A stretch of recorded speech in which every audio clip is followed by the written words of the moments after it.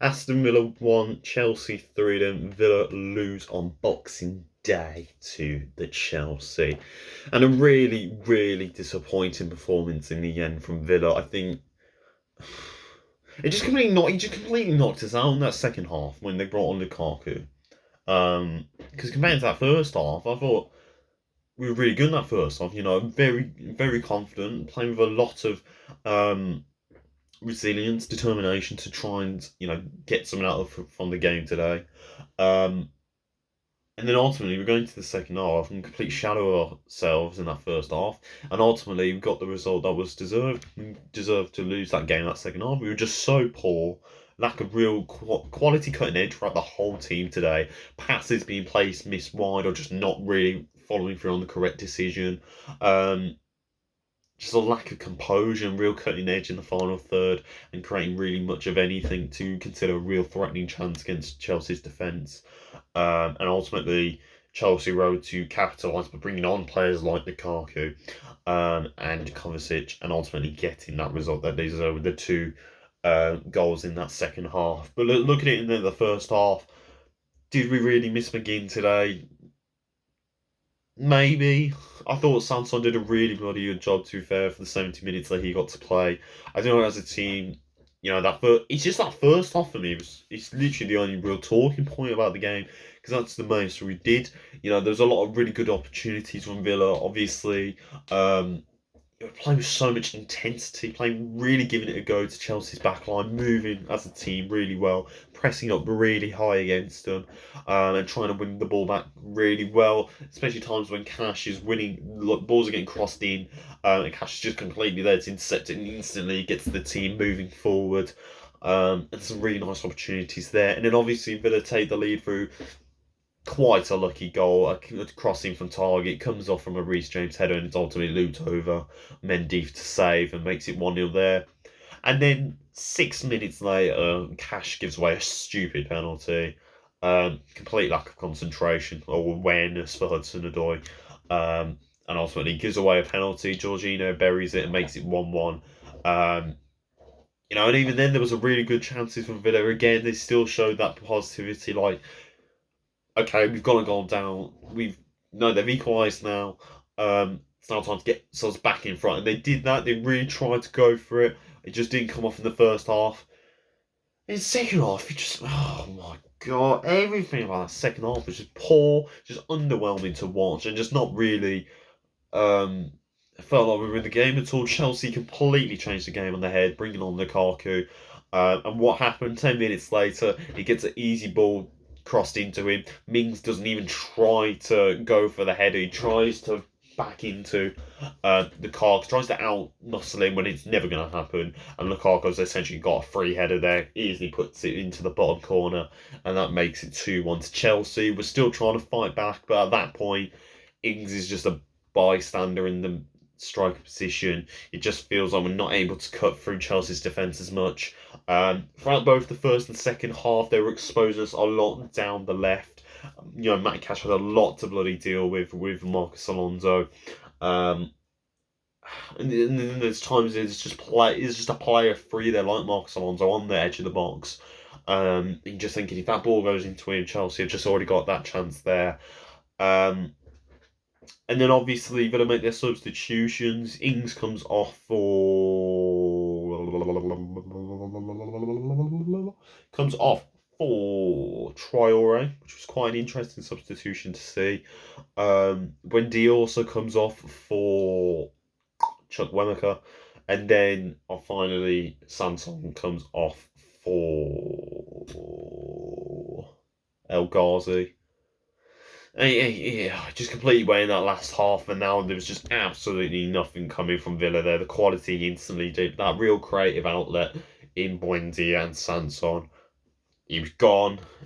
We're just not really going to create as much with Chuck Wemaker and Traore and El Ghazi. And ultimately, in the end, a really poor set piece from Villa. Hudson-Odoi and Lukaku to break away. Target's completely out-muscled. Can't get a foul into him. Can't make a foul to try and take one for the team. Lukaku runs all the way to the penalty box. And then Konza, he's had to make a challenge. And ultimately, the referee can see what he's tried to do.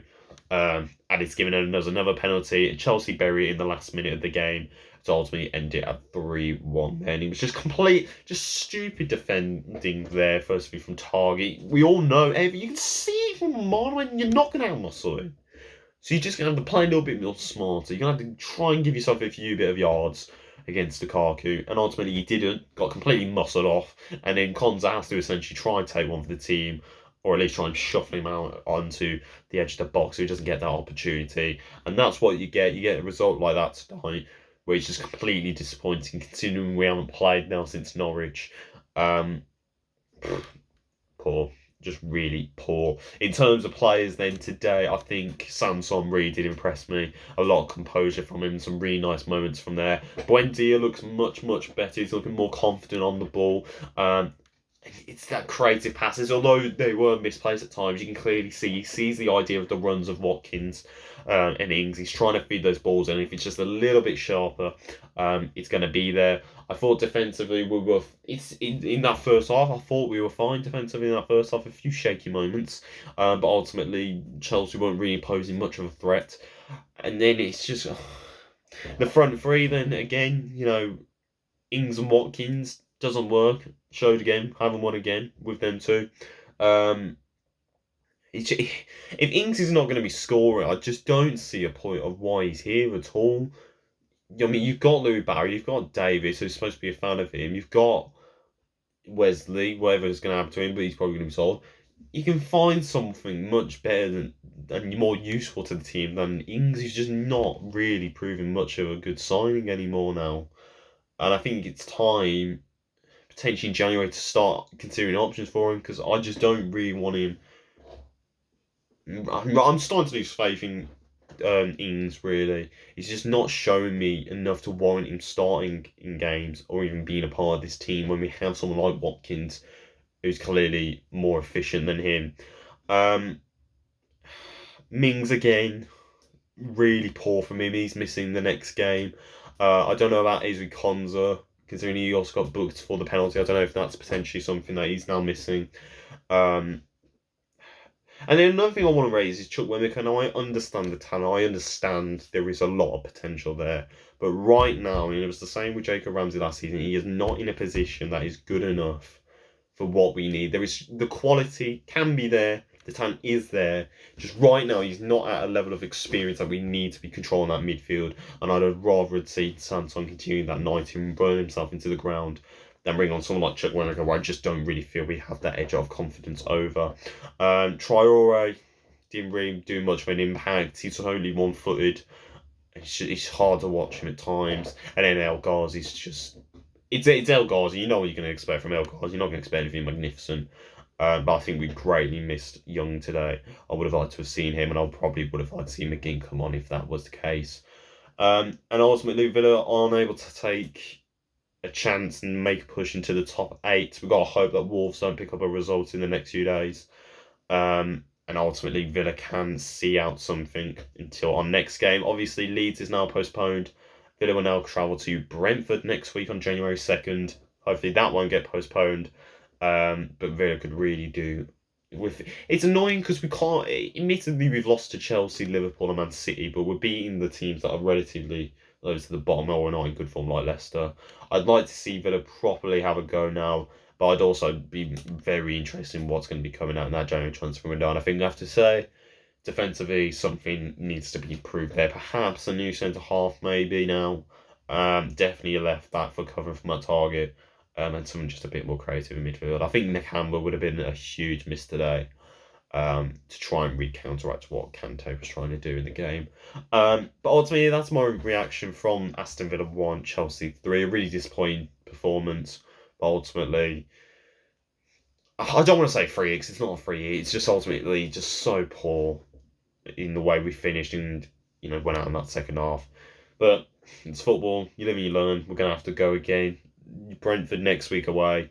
A bit more confident considering they're not the hardest of teams to play, and they're not really in the greatest of form, and we're going to need to capitalise on that if we want to stay in a hunt for potentially top 6. So yeah, that's my reaction. Tell us in the comments down below what you thought. Who would you have been your man of the match? And without further ado, we'll see you at Brentford hopefully. But up the Villa, the pride of Villa. See you later, boys.